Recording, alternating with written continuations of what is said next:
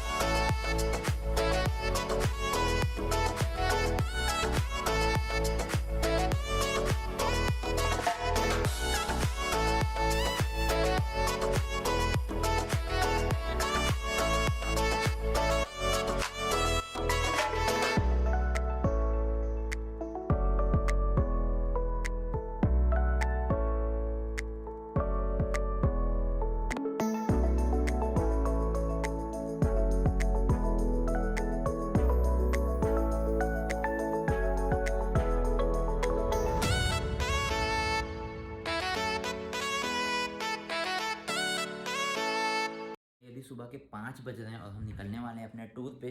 और ये है मेरे पास GoPro 6 जिससे हम आज व्लॉग बनाएंगे।